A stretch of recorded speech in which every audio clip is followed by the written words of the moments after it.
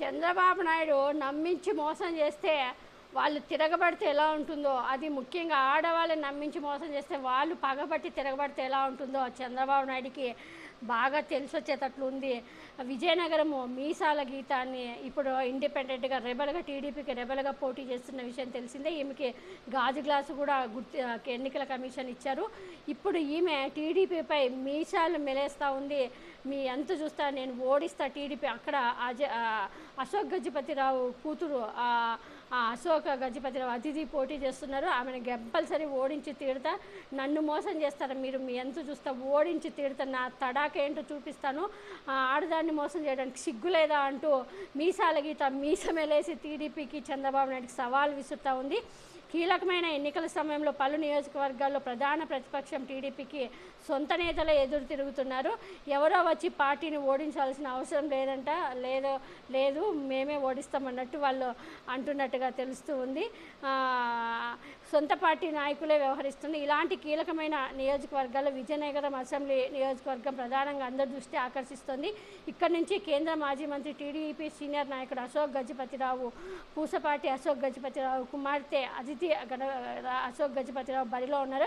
ఆమె గత ఎన్నికల్లోనూ ఇక్కడి నుంచి పోటీ చేసి ఓడిపోయారు. దీంతో ఈ దఫా కుమార్తెను గెలిపించుకునేందుకు అశోక్ గజపతిరావు శక్తి వంచన లేకుండా కృషి చేస్తున్నారు. కానీ ఇక్కడే ప్రధాన అడ్డంకి ఎదురైంది. టీడీపీకి కీలక నాయకురాలుగా ఉన్న మాజీ ఎమ్మెల్సీ మీసాల గీత ఇక్కడ టికెట్ ఆశించారు. అయితే పలు కారణాలతో చంద్రబాబు ఆమెకి టికెట్ ఇవ్వలేదు. దీంతో మాట్లాడకుండా ఆమె ఇండిపెండెంట్గా దిగిపోయారు.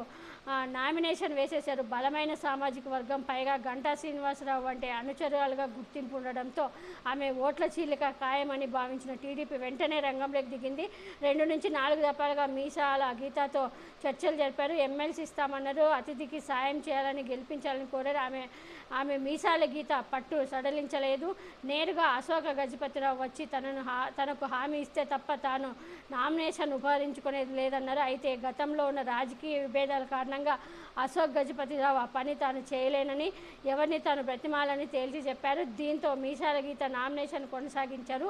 ఇక నామినేషన్ ఉపసంహరణ గడువు తీరే వరకు కూడా ఆ పార్టీ నుంచి ఆమెకి అనేక విన్నపాలు వచ్చాయి, అయినా వినిపించుకోలేదు. దీంతో విజయనగర అసెంబ్లీ నియోజకవర్గంలో మీసాల గీత ఇండిపెండెంట్గా పోటీ చేయడం ఖరారైపోయింది.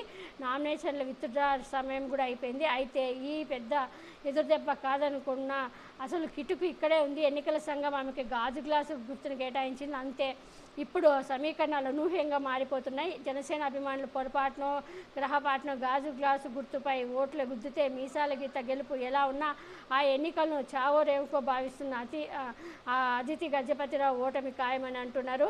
మరి టీడీపీపై మీసం మెలేస్తున్న గీతను చంద్రబాబు ఇప్పటికైనా అనుసరిస్తారో లేదో మరి మరి ఆమెని కనీసం ఇప్పటికైనా పిలిచి ప్రచారం చేయొద్దని మరి బ్రతిమాలుకుంటాడో చంద్రబాబు నాయుడు. చూడాలి మరి ఏమవుతుందో.